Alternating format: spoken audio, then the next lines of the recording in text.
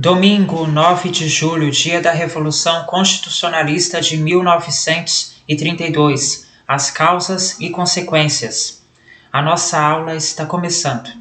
Boa noite. Hoje você vai saber as causas e consequências da Revolução Constitucionalista de 1932.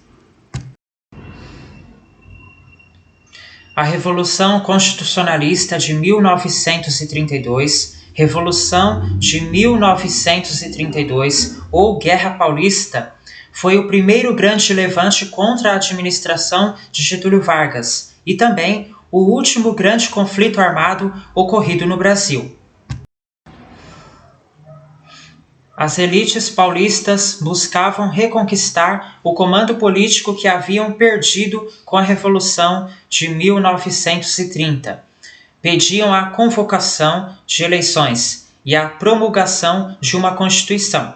O dia da Revolução Constitucionalista é celebrado em 9 de julho e é feriado no estado de São Paulo. Causas da Revolução de 1932. A Revolução de 1930 depôs o presidente Washington Luiz, 1869 a 1947, e impediu a posse do paulista Júlio Prestes, 1882 a 1946, levando Getúlio Vargas ao poder. Embora tivessem perdido sua hegemonia política, os paulistas apoiavam Vargas com a esperança de que ele convocasse eleições para constituinte e para presidente. No entanto, o tempo passava e isso não acontecia. Os paulistas ficaram incomodados com isso, porque Vargas havia retirado os governadores dos estados e nomeado interventores próximos a ele. O que eles queriam era ter o direito de eleger o próximo interventor, o que aconteceria apenas com a conclusão da nova Constituição. Desta maneira, uma forte oposição ao governo Vargas foi iniciada pelos fazendeiros paulistas. Além disso, houve também grande participação de estudantes universitários, comerciantes e profissionais liberais, que exigiam convocação de eleições. Assim, no dia 23 de maio de 1932, aconteceu um ato político a favor de eleições no centro de São Paulo.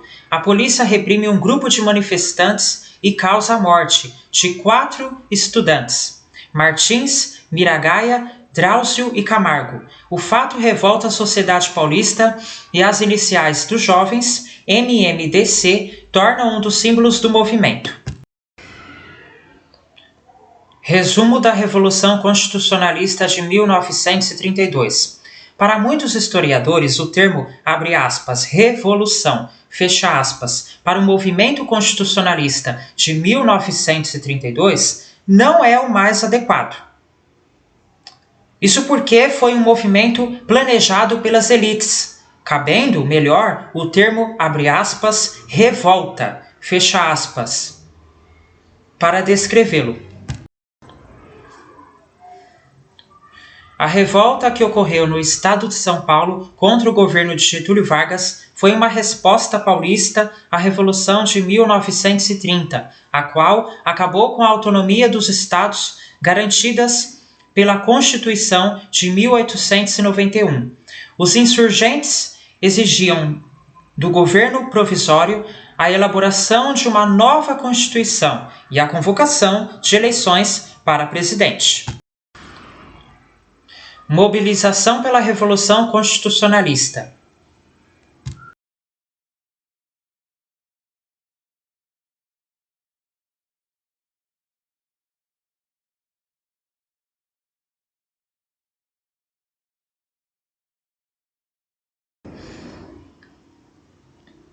A revolta se iniciou no dia 9 de julho e foi liderada pelo interventor do Estado, cargo equivalente ao de governador, Pedro de Toledo, 1860 a 1935.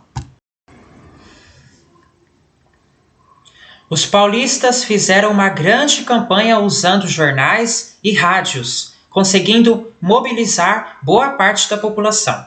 Houve mais de 200 mil voluntários, sendo 60 mil combatentes. Por outro lado, enquanto o movimento ganhava apoio popular, 100 mil soldados do governo Vargas partiram para enfrentar os paulistas.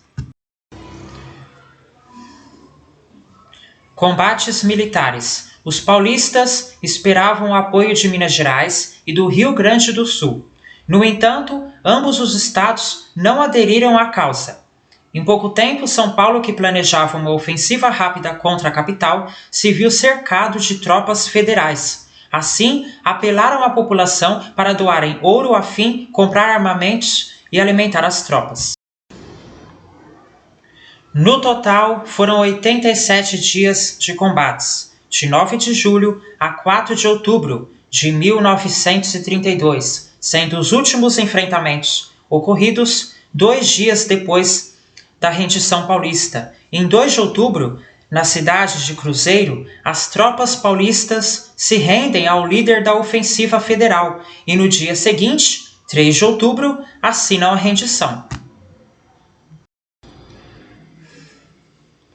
Consequências da Revolução Constitucionalista. Foi registrado um saldo oficial de 934 mortos, embora estimativas não oficiais reportem até 2.200 falecidos. Apesar da derrota no campo de batalha, politicamente o movimento atingiu seus objetivos.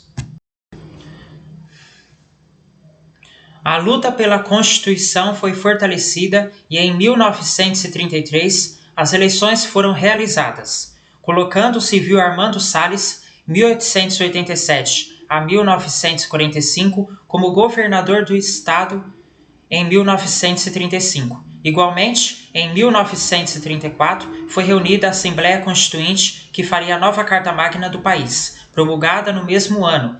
Esta seria a mais curta das constituições que o Brasil já teve, pois foi suspensa com o golpe que instituiu o Estado Novo em 1937. Até hoje, o dia 9 de julho é uma data comemorada por todo o estado de São Paulo e lembrada em diversos monumentos.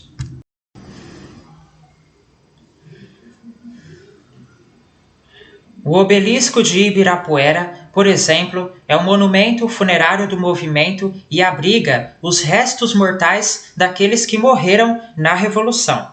Ali também estão os corpos de Martins, Miragaia, Drauzio e Camargo. Acabou a nossa aula, muito obrigado pela companhia, uma ótima semana para você e até amanhã!